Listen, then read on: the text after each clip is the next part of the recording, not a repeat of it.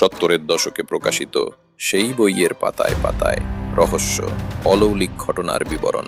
কম সময়ের মধ্যে বইয়ের প্রচার হতেই সেই কাহিনী অবলম্বন করে বড় পর্দায় তৈরি হলো একাধিক হলিউডি ছবি।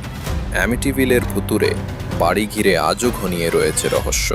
কেউ বলেন সেই বাড়িতে রয়েছে অপশক্তির ছায়া, কারো মতে সবটাই গুজব।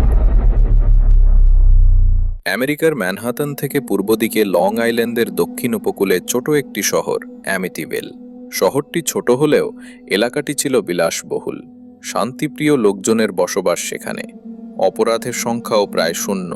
তবুও সেখানে ঘটে এমন কিছু তথাকথিত অলৌকিক ঘটনা যা আজও মানুষের মনে ভয়ের উদ্রেক ঘটায়।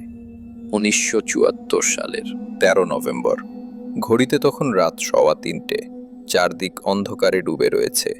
সেই সময় অ্যামিটিভিলের 112 ওশান অ্যাভিনিউ বাড়ির বেসমেন্টে বসেছিলেন 23 বছরের তরুণ রোনাল্ড ডিফিও। অ্যামিটিভিলের সেই বাড়ির সামনে হোর্ডিংয়ে লেখা ছিল হাই হোপস, বাংলায় যার অর্থ উচ্চাকাঙ্ক্ষা। সেই বাড়িতে রোনাল্ড ছাড়া থাকতেন তার বাবা মা, 2 ভাই এবং বোন। পুলিশ সূত্রে খবর, রোনাল্ডের পরিবারের সকলে যখন ঘুমোচ্ছিলেন তখন সকলকে গুলি করে খুন করে সে। পুলিশ জানায় রোনাল্ড তার মাকে মাথায় গুলি করেন, তার বাবার পিঠে গুলি চালান। 2 ভাই মার্ক আর জন, তাদের বয়স 12 এবং 9, তারা যখন ঘুমিয়েছিল তখন দুজনকেই খুন করেন সে। তারপর 13 বছরের বোন অ্যালিসনের বেডরুমে ঢুকে গুলি চালিয়ে তাকে খুন করেন রোনাল্ড। জিজ্ঞাসাবাদের সময় রোনাল্ড জানায় সে যখন বেসমেন্টে বসেছিল তখন এক ডিমনের ছায়ামূর্তি তার হাতে বন্দুক ধরিয়ে দেয়। পরিবারের সকলকে খুন করার নির্দেশ দেয় সে। রোনাল্ড যখন যেভাবে খুন করেছে তার সবই নাকি সেই ডিমনের নির্দেশ মেনে, এমনটাই দাবি করে রোনাল্ড। খুনের পর প্রমাণ লোপাটের জন্য বন্দুক ফেলে দেয় রোনাল্ড। পুলিশের দাবি পরপর 9টি গুলি চালিয়েছিল রোনাল্ড। প্রতিবেশীদের জিজ্ঞাসাবাদ করায় তারা জানিয়েছিলেন খুনের রাতে কুকুরের ডাক ছাড়া অন্য কোনো শব্দই শুনতে পাননি তারা। 14 নভেম্বর রোনাল্ডকে গ্রেফতার করে পুলিশ। বিচারে যাবজ্জীবন কারাদণ্ড হয় রোনাল্ডের। নিউ ইয়র্কের একটি জেলে বন্দী ছিল সে। খুনের ঘটনার পর বাড়িটি ফাঁকা পড়ে থাকায় রিয়েল এস্টেট কর্মীরা তা বিক্রির চেষ্টা করতে থাকেন। সেই সময় লুটস পরিবারের পছন্দ হয় সেই বাড়িটি। খুনের ঘটনা সম্পর্কে প্রথমে অবগত ছিলেন না লুটস দম্পতি।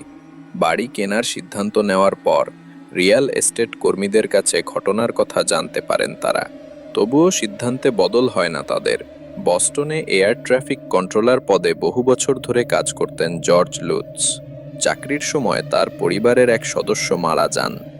উত্তরাধিকার সূত্রে পারিবারিক ব্যবসার মালিকানা পান জর্জ। চাকরি ছেড়ে ব্যবসা সামলাতে লং আইল্যান্ড যেতে হয় জর্জকে। ক্যাথি কর্নস নামে এক তরুণীর সঙ্গে আলাপ হয় জর্জের। বিবাহ বিচ্ছিন্না ছিলেন ক্যাথি। 9 বছরের ড্যানিয়েল, 7 বছরের ক্রিস্টোফার এবং 5 বছরের মিসি, 3 সন্তান ছিল ক্যাথির। রেস্তোরাঁয় খাবার পরিবেশন করে উপার্জন করতেন তিনি। জর্জের সঙ্গে সম্পর্কে জড়িয়ে পড়ার পর বিয়ের সিদ্ধান্ত নেন তারা। চাকরি ছেড়ে 3 সন্তানকে নিয়ে জর্জের সঙ্গে লং আইল্যান্ড চলে যান ক্যাথি। বিয়ের পর নতুন জীবন শুরু করতে চেয়েছিলেন জর্জ এবং ক্যাথি, তাই নতুন বাড়ি কেনেন তারা। অ্যামিটিভিলের বাড়িটি সেই সময় $80,000, বর্তমানে বাংলাদেশি মুদ্রায় যার পরিমাণ 90 লক্ষ টাকা খরচ করে আসবাবপত্র সমেতই কেনেন লুটস দম্পতি। হ্যারি নামের একটি কুকুরকেও পোষেন তারা। অ্যামিটিভিলের বাড়িটির সঙ্গে নানা কাহিনী জড়িয়ে রয়েছে শুনে জর্জকে হাউস ব্লেসিং করানোর জন্য নির্দেশ দেন জর্জের এক বন্ধু। বন্ধুর কথা মতো ফাদার রে পেকোরারোর সঙ্গে যোগাযোগ করেন জর্জ। 1975 সালের 18 ডিসেম্বর নতুন বাড়িতে প্রবেশ করেন লুটস দম্পতি। তার আগে হাউস ব্লেসিং সারতে পৌঁছন রে, কিন্তু বাড়ির শুদ্ধিকরণ প্রক্রিয়া করার সময় চমকে ওঠেন তিনি। রোনাল্ড তার 2 ভাই মার্ক এবং জনকে যে ঘরে খুন করেছিল সেই ঘরটিকে সেলাই ঘর হিসাবে সাজিয়ে তুলেছিলেন ক্যাথি। বাড়ির অন্য ঘরগুলি ব্লেসড করে যখন সেই ঘরে রে ঢোকেন তখন আঁতকে ওঠেন তিনি। ঘরটি স্বাভাবিকের তুলনায় অত্যাধিক ঠান্ডা এবং ঘর ভর্তি মাছি। ঘরে হোলি ওয়াটার ছেটাতেই নাকি এক দানবিক কণ্ঠস্বর শুনতে পান রে।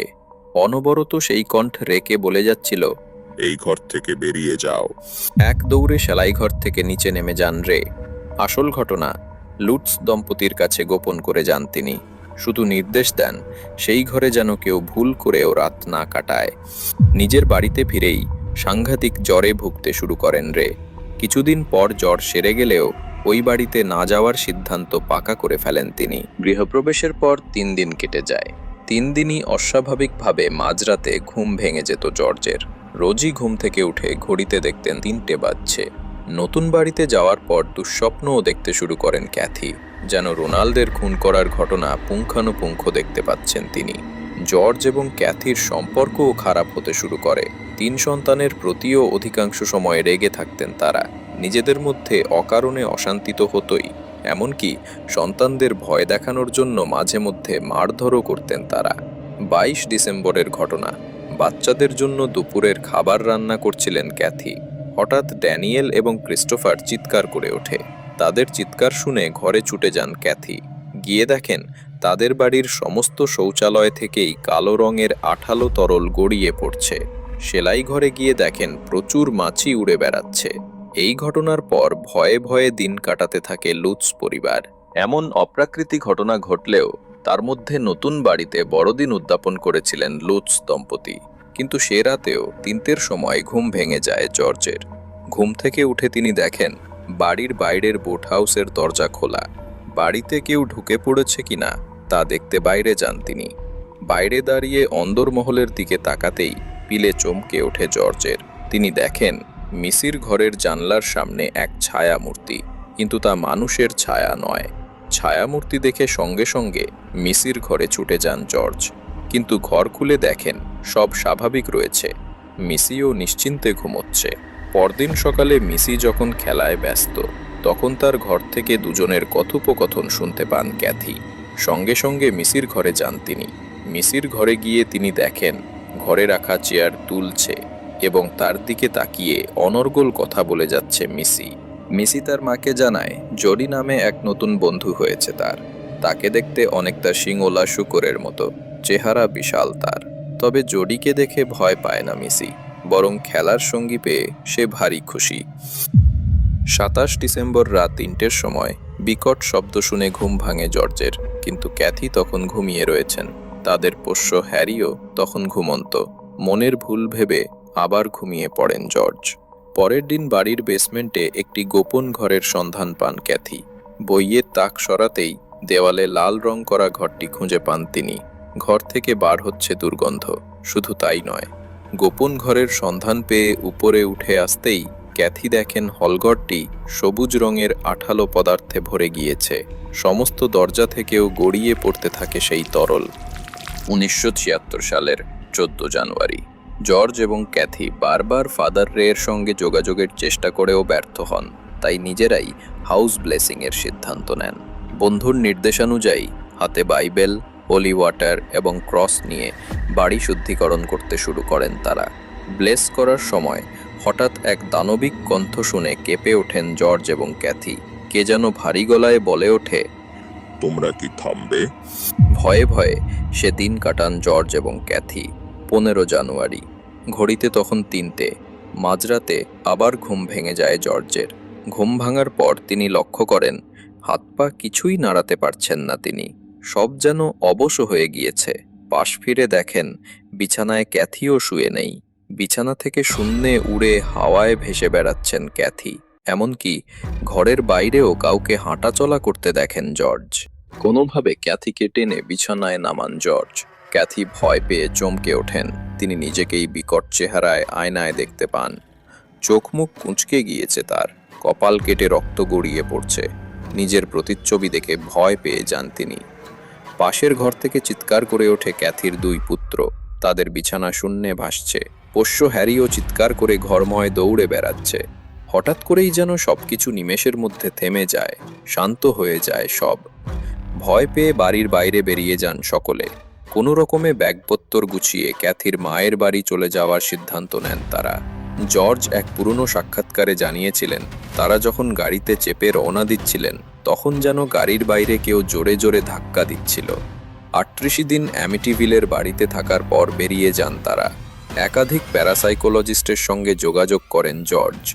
এমনকি স্থানীয় এক চ্যানেলে সাক্ষাৎকারও দেন লুটস দম্পতি। লুটস দম্পতির সাক্ষাৎকার দেখার পর 1976 সালের 24 ফেব্রুয়ারি ওয়ারেন দম্পতি জর্জের সঙ্গে দেখা করেন।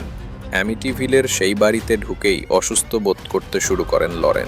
ওয়ারেন দম্পতি এক রেডিও শোয়ে জানিয়েছিলেন অ্যামিটিভিলের বাড়িতে অপশক্তির উপস্থিতি টের পেয়েছিলেন তারা। শত চেষ্টা করেও সেই অপশক্তির সঙ্গে লড়তে পারেননি, তাই জর্জ এবং ক্যাথিকে সেই বাড়ি ছাড়ার নির্দেশ দিয়েছিলেন তারা। লরেনের মতে অ্যামিটিভিলের সেই বাড়িটি নাকি আমেরিকার ভুতুড়ে বাড়ির তালিকায় শীর্ষস্থান দখল করে। গল্পটা ভালো লেগে থাকলে লাইক, কমেন্ট আর সাবস্ক্রাইব করতে ভুলো না। আবার দেখা হবে অন্য এক অন্ধকার রাতে।